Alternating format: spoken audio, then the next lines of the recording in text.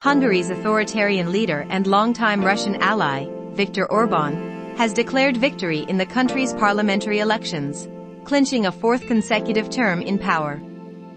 Orban's Fidesz party had a commanding lead with 71% of the votes counted, Hungary's National Elections Board said on Sunday evening.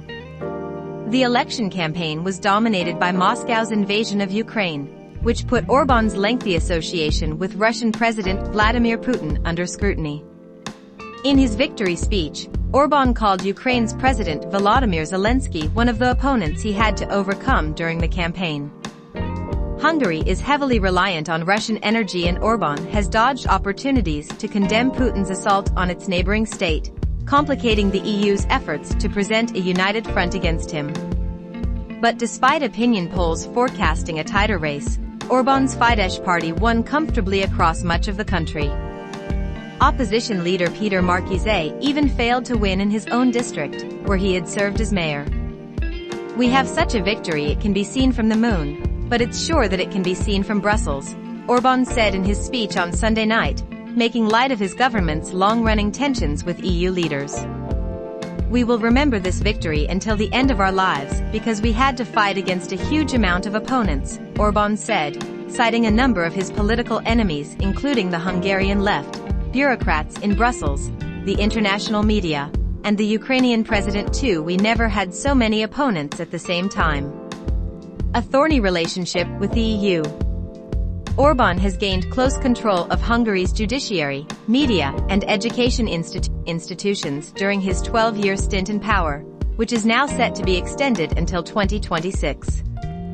He has pushed legislation targeting migrants and the LGBTQ+ community, and has spoken of his intention to build a liberal state within the EU.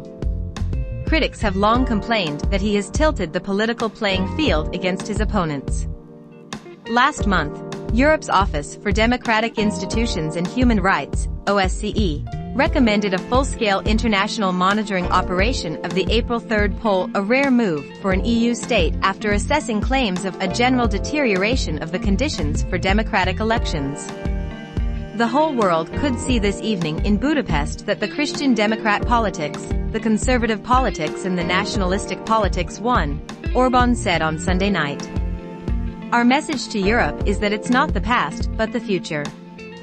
This will be our common European future." Since Russia's invasion of Ukraine, Orban campaigned primarily on a platform of keeping Hungary's troops and weapons out of the conflict. He has supported most of the EU's sanctions against Russia since it invaded Ukraine, but has resisted going further and pitched himself as a peacemaker to voters. On Wednesday, his foreign minister accused Ukraine's government of coordinating with Hungary's opposition parties, without citing evidence. The opposition criticized him for his stance. "Putin is rebuilding the Soviet Empire and Orban is just watching it with strategic calm," opposition leader Márki-Zay said at a rally in March, Reuters reported. But Márki-Zay conceded defeat late on Sunday, telling supporters, "We don't debate the victory of Fidesz, but we debate that this election was democratic and even. We will stay in this country, stand up for each other, hold hands and won't let each other go. Hard times are coming, regardless of the election results. We know that they will blame us, we will be the scapegoats, so it's more important than ever to hold each other's hand and not let go."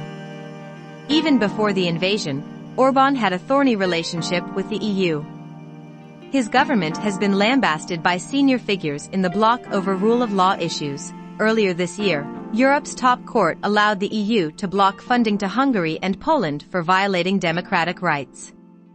A referendum was also held on Sunday on Orban's controversial law that bans educational materials and programs for children that are considered to promote homosexuality and gender reassignment.